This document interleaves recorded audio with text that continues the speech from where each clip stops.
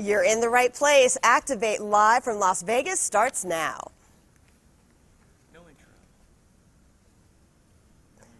Well, welcome to Activate Live. I'm Tanya Hutchins, a communications representative with the IAM headquarters in Upper Marlboro, Maryland. But today we're in Las Vegas for our communications conference. And it has been a busy 2 days so far.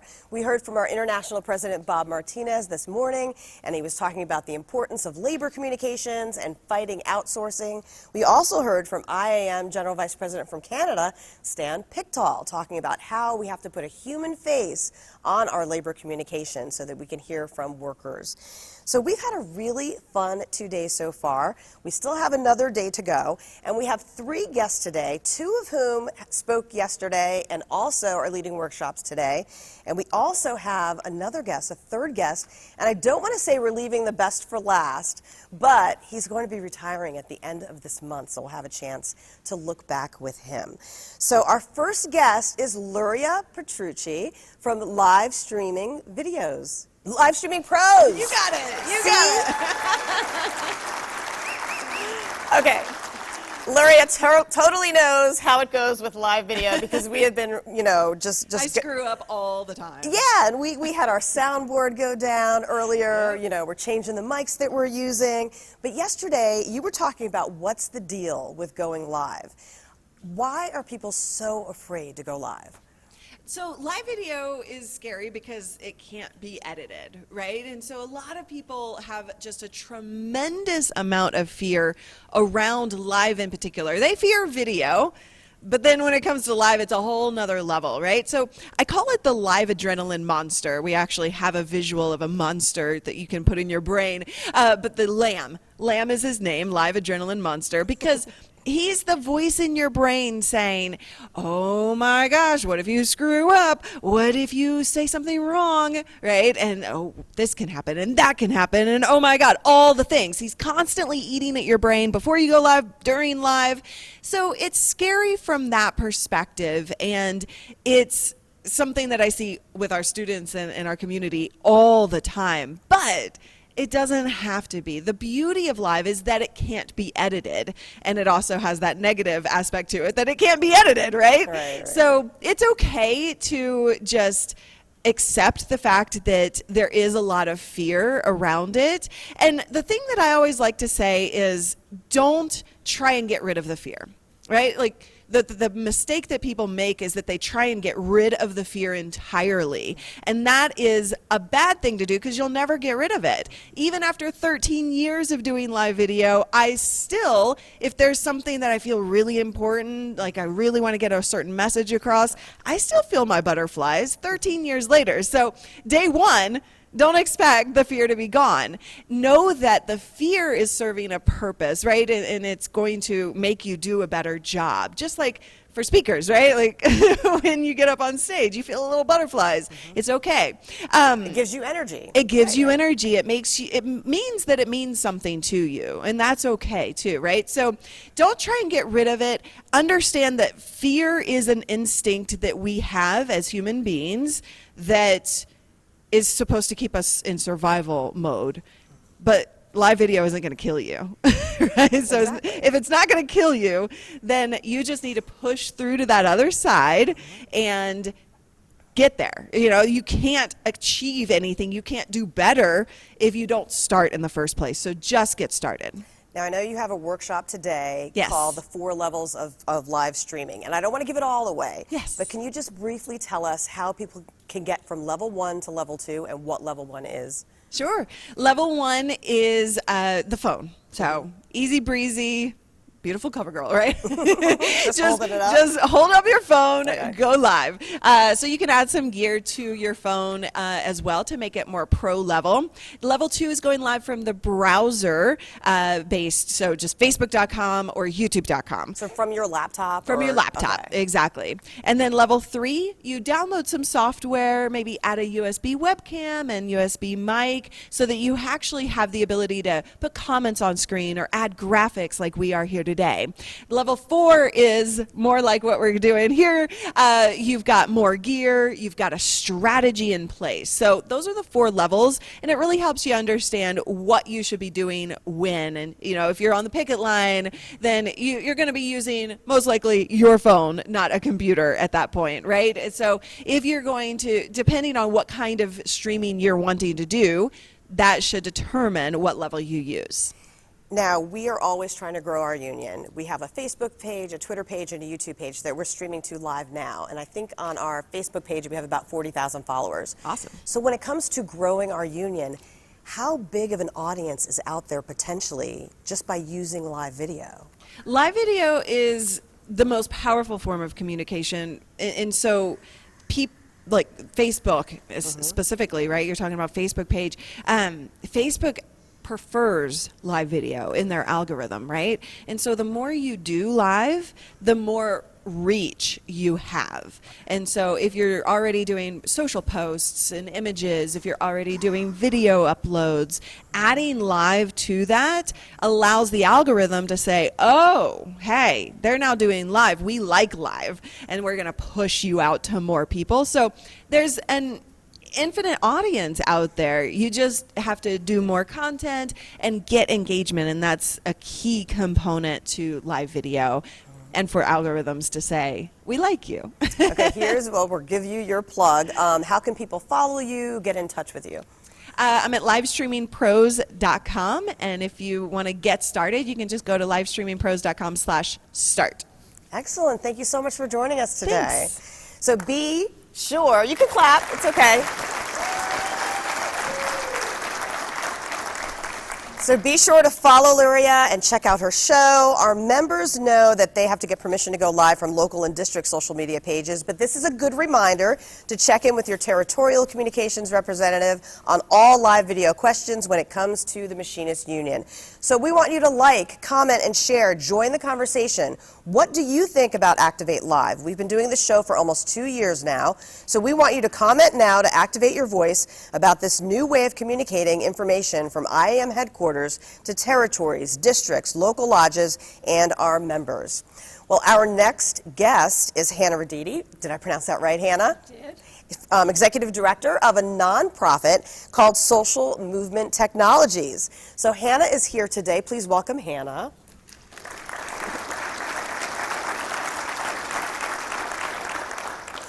So Hannah, I think it's important to point out that your organization is unionized. Was that something you knew you were going to do in the beginning? Oh yeah, for sure. We're all longtime unionists. Now the talk you gave yesterday was about the changing world of social media. Can you give us a brief synopsis, the Cliff Notes version? Yeah, so we're seeing, I think, across the country now that unions are rebuilding, putting the movement back in the labor movement. And a lot of that is combining online with offline tactics.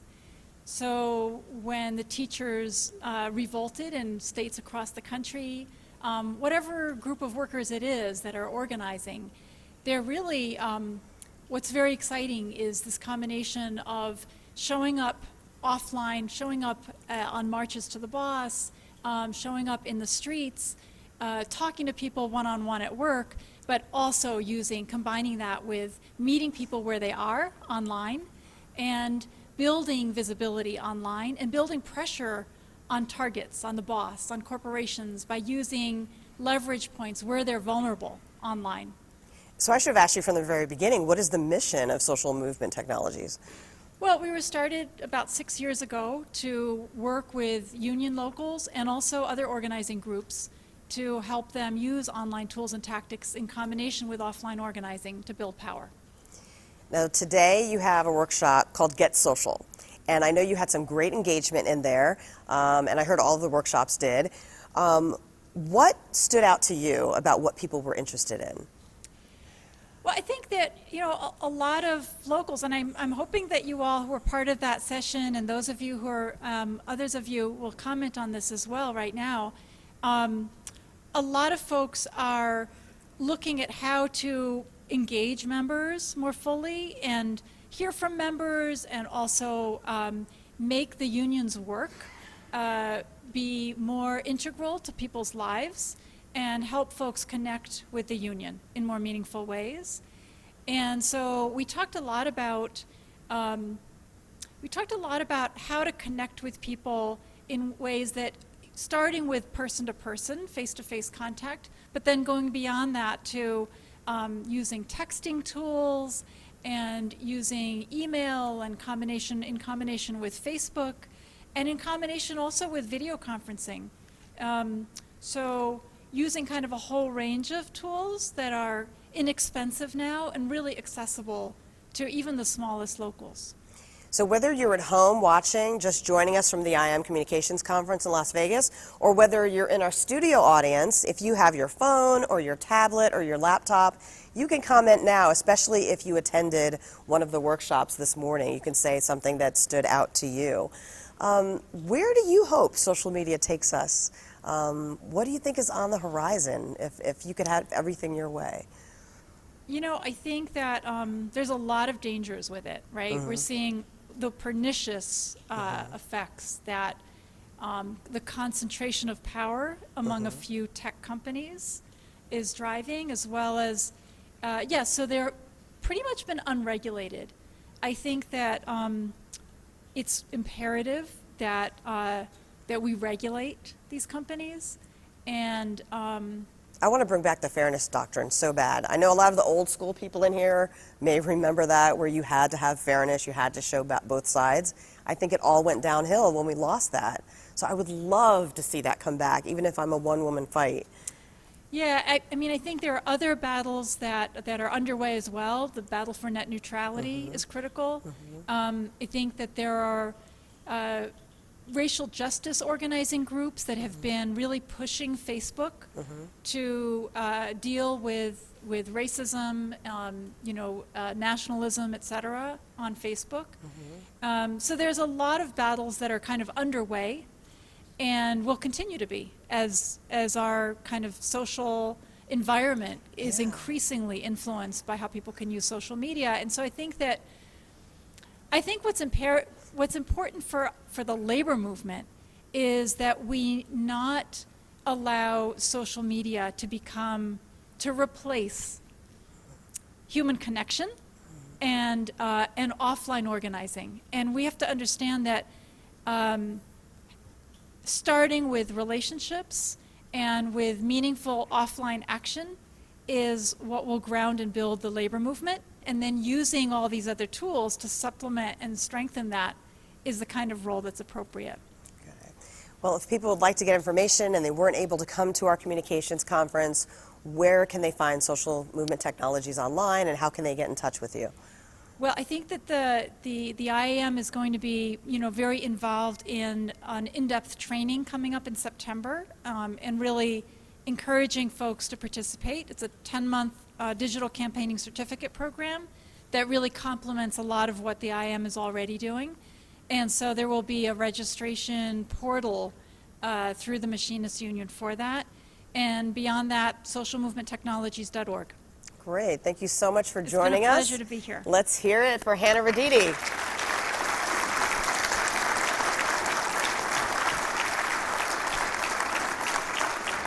So you too can join the conversation. Let us know what you think. Comment now to activate your voice using live chat on YouTube. You can use comments on Facebook, or you can hit the reply button to this video on Twitter. So our next guest, who we affectionately call Turbo, is Bill Trbovich. He is our IAM Communications Director in Canada, and he is going...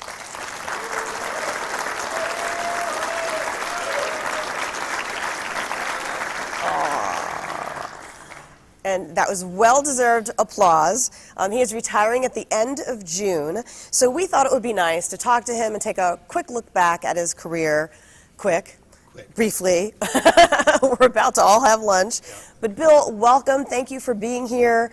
Tell us, when did you first join the IAM, and where did you come from? It was March 15th, 2004. I was actually working in retail, of all things, and I got 2 job offers in one day. One from one union, one from the IAM. And because I had known the people at the IAM, in particular Bill Shipman and also Steve Vody, that was the no-brainer. I just went with it. It was a chance to be with a bigger organization and around aviation, which I love. Tell us some of the things that have stood out to you over the years. Well, I was on the job 3 days, and Air Canada was in the middle of CCAA, which is bankruptcy protection. And there was a power play going on within the union. And so we're all gathered in the boardroom, and then GVP Dave Ritchie, we get a phone call. And it's from one of my former colleagues at CBC. She says, I understand you have a deal with the Air Canada. And I said, no. And she says, well, we have this fellow, Jean Gillet, that's talking to the media. And I says, well, how about you like to talk to the guy in charge that actually signs the papers? And I put her on the phone to Dave, and it went from there. And it was very intense, really, really interesting, just how corporations view your value as an employee compared to the shareholder. So it was a real eye-opener. I'm trying to think what else. You have a lot of hobbies. Oh, yeah. A lot of well-known hobbies. What is next for you? What are you going to do with all this free time? I'm into model trains. And I also build models. I like to take photography. And I'm just going to retire to my cottage for the first 6 months, wake up, listen to the river and the birds. Is it true? I would love to do that. Is it true that in your garage you have like a whole second floor of like model trains? Well, I have a very understanding wife who said to me, there has to be a place for your trains. So we built a 2-story garage, and it's an upper loft. So it has a drop-down ladder, and the whole second floor is taken up in my trains. I'm jumping around, but I'm going to go back real quick. Yeah. What was the favorite, or was? I'm like he's already gone already. No. But what has been the favorite part of your job? The members. We had some unique things. I mean, when I was in broadcasting, we always used to judge a strike by the size of the members involved. And we had a rather unique one at Magellan Aerospace in Winnipeg. And all the members were asking for was a 0.5% increase in their pension. No monetary, no nothing else. The company came back with 0.25%. So this is a plant that makes rocket fuel. So our guys timed it to go on strike before they mixed the rocket fuel. So they went on strike for 11 days. The rocket fuel was spoiled. They got their 1%, their 0.5% increase, and it worked out to $1,500 for all 20. Wow. And they were going to go ahead and willing to go on strike because they didn't want to pay $1,500 more. And it just shows you corporate greed. So that was really interesting. So they needed the workers. They needed the workers. To get that rocket fuel. Yep. It works. You know, it shows that there's strength in numbers, power in numbers. Yep. Wow. Is there anything else you'd like to mention looking back at your years with the IAM? One final thing, and this is actually democracy in action. We heard a lot about the people at Spectrum, and they had their first meeting, so I went down to cover it with Ralph Martin. And these people are your home caregivers. So Greater Toronto area is like 32 miles across, 40 miles wide, or 40 miles north and south. They don't get to see each other. So they have a problem with supplies, okay? I run out of rubber gloves. I have to go back to the head office to get that. Now I can't go ahead and see the people I want to, and I get my pays docked by that. So they came up with a solution. Well, I get off my shift at 6 o'clock. How about we meet over here, and you can all come to my car, and I can give it to you out of the back of the car. Wow. And this was all done by 7 people who had never talked to each other before. Wow. So it was really remarkable. Awesome. Well, we thank you so much for coming and sharing your time and your career with us. We are going to be so sad to see you leave. And I just don't want to get emotional up here, but I know, I was like, I'm going to get emotional. Yeah. But you still have through the end of the month, right? Well, yeah, I'm not going anywhere for another 20 days. Yeah. Okay. So. All right. So thank you. And you're still here at the Communications Conference, and we can chat with you some more. So I'd like to thank all of our guests for joining us. Bill Trbovich.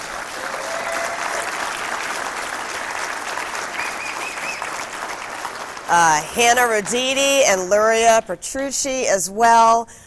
We are going to continue the IAM Communications Conference, and next week we are going to join you on the road again from the IAM Wood Pulp and Paper Conference in Biloxi, Mississippi. So support your siblings, share this video to your local or district page, and we'd like to thank everyone who already does so. Thanks for joining us.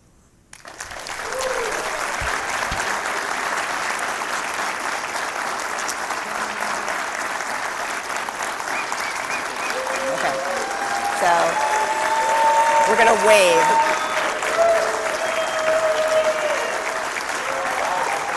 Bye. See ya. Turbo, turbo.